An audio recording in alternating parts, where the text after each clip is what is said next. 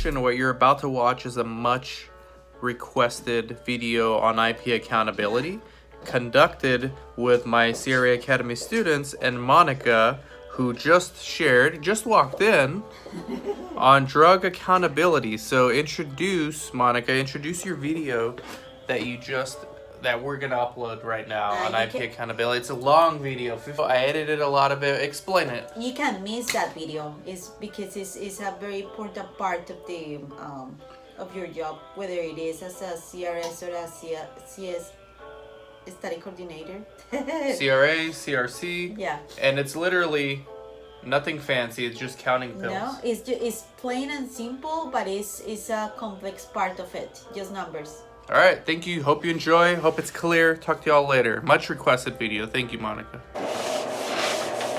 IP accountability, which is a very important part of the research, actually of the trials. It's pretty much numbers. Is one of the parts that is more. It's not complicated, it's just attention to detail, because you're going to be counting days and dates, and it has to be exact, and then using that for the percentage of the compliance of the patient drug intake. So pretty much the only tool that you need is this website. Is that HTML.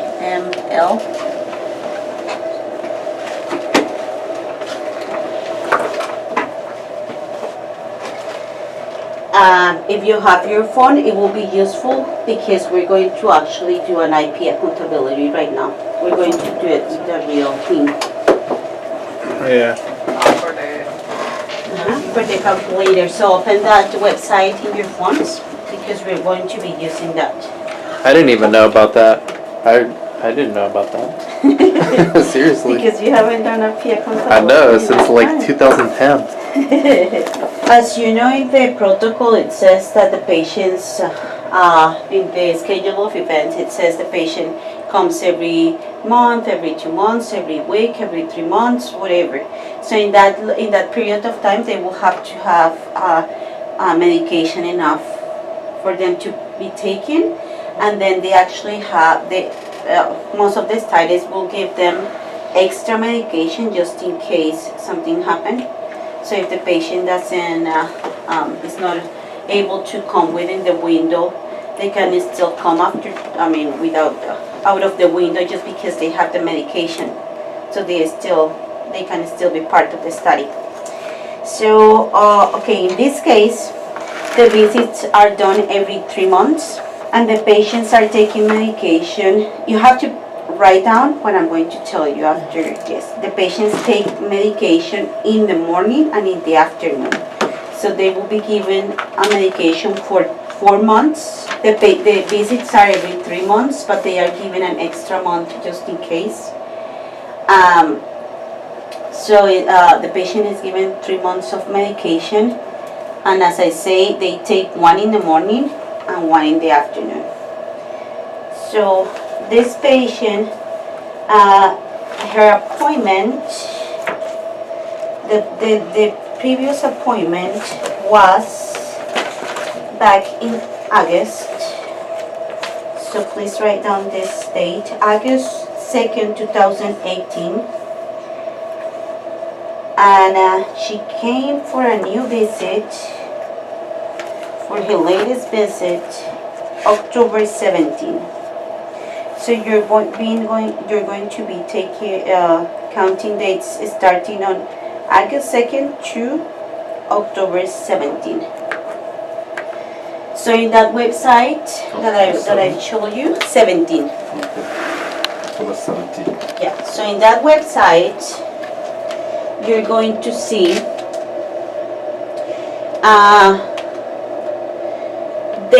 It's a day calculator, so it gives you a number of years, months, weeks, and days between 2 dates, right? So we're going to put August 2nd until October 17, which it will give us, including end day. Put including end day. Calculate, and that will give you a total of 77 days. 77 days. Why I say including end day? Because the patient will come that day to the appointment, let's say at 9 a.m. So by the time the patient comes here, she or he will have already take the medication in the morning. Okay. So so they will be taking the new medication in the afternoon. Is that clear? Okay.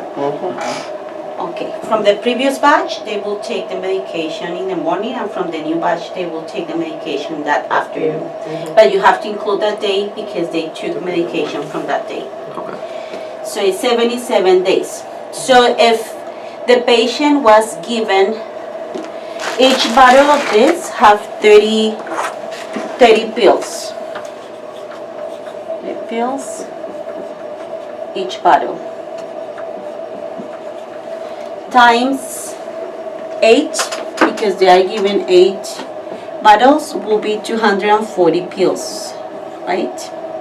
So if the patient came on August 2nd, 2018, next visit was October 17, 2018. It's a total of 77 days, right? And we do this times 2 because it's in the morning and afternoon. Times 2 is going to be 154. 54, yeah. 154 pills. To be 100% compliant.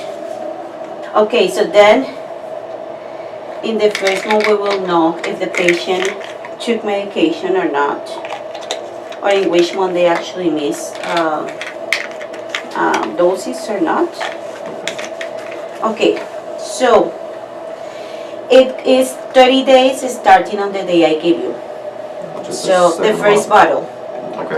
The first bottle will start the same day at night. The second bottle, the first month night intake.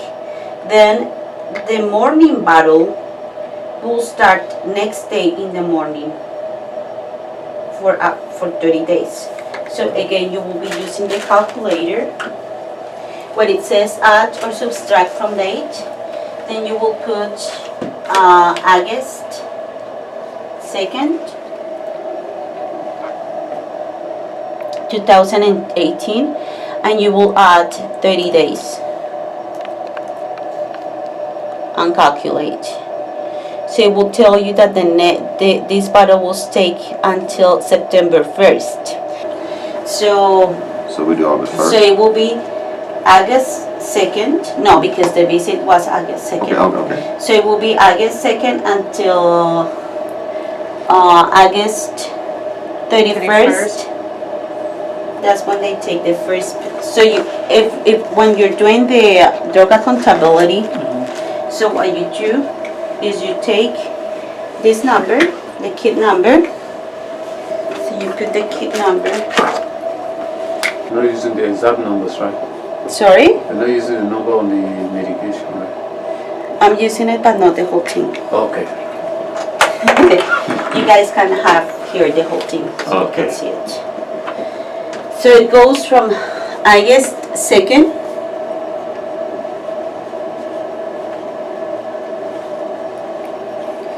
(30 days) will be August 31st. This is the end day for this bottle. and then you continue with the next day, which is Once the it's AM. So the AM will be taken is this number. We'll start day will be August 3rd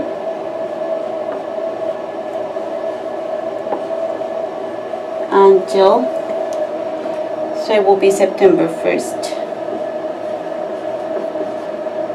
This is AM. That is AM. This is PM. PM. And this is AM. Okay, so I did the first month. You guys can do the rest of the months, the rest of the pills. Okay. Yes. Go now. PM. That's the PM, right? To this day, and then we count the dates. So it was 77 days, right? So that means that if it's taken morning and afternoon, it has to be times 2. So it's 154 pills to be 100 compliant. The patient was given 240 pills because it's 30 pills per bottle, and she was given 8 bottles. I mean, yeah, 8 bottles. Yeah, 8 bottles. So it's 240.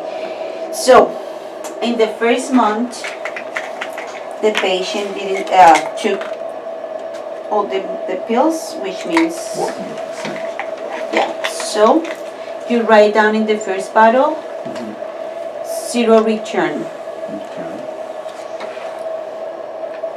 In the PM, and then in the AM, 0 return also. So actually you have to put both. Took 30, 0 return. Then second month, evening, took 30, 0 return. Second month, morning, took 29, 1 return. Second month, Second Morning. month, morning. 29 pills. 29 pills. She took 29 pills, returned 1 pill. So she forgot 1 dose from here. In the month 3, evening pill, she took 30 pills, 0 return. And then third month, morning pill, she returned 30. So she didn't take anything from this one. And I'm guessing why. They made a mistake in the place where she lives.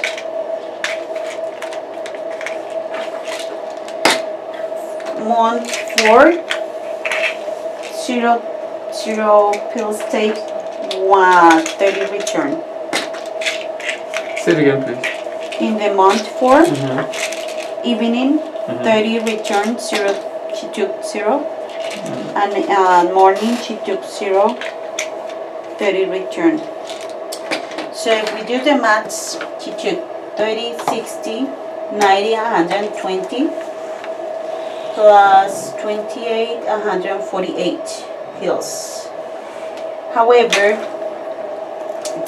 they made a mistake because they should be given her morning and afternoon, morning and evening. And what they did is they gave her morning and evening from the same bottle. So that's not compliant. Happens a lot. So in this case, let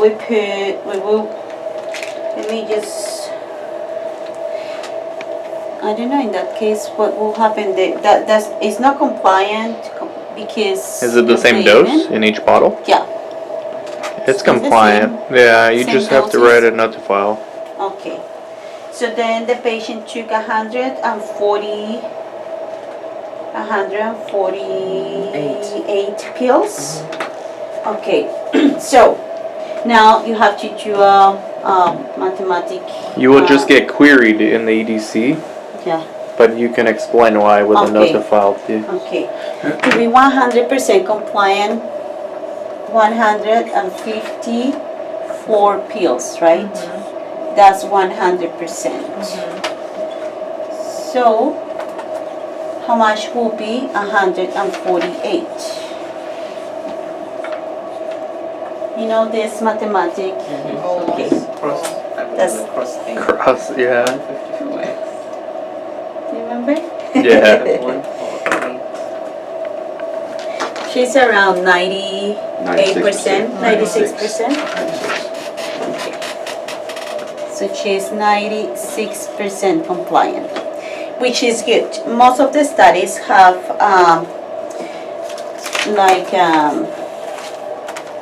is part in the protocol that say that a subject will be deemed compliant over the overall treatment period if subject has taken 80 to 105% compliant of the expected tablets of the study drug, according to the protocol section, whatever. So this is part of the protocol. But every protocol is different. Different, So pay yeah. attention. Every protocol is different, but most of them it's very similar, but still different between protocol to protocol. We have one that it has to be 85 to 107, and some of them are even more strict. So if the patient is between those that range of compliant percentage, they can still be part of the study. If they are out of this, they get out of the study.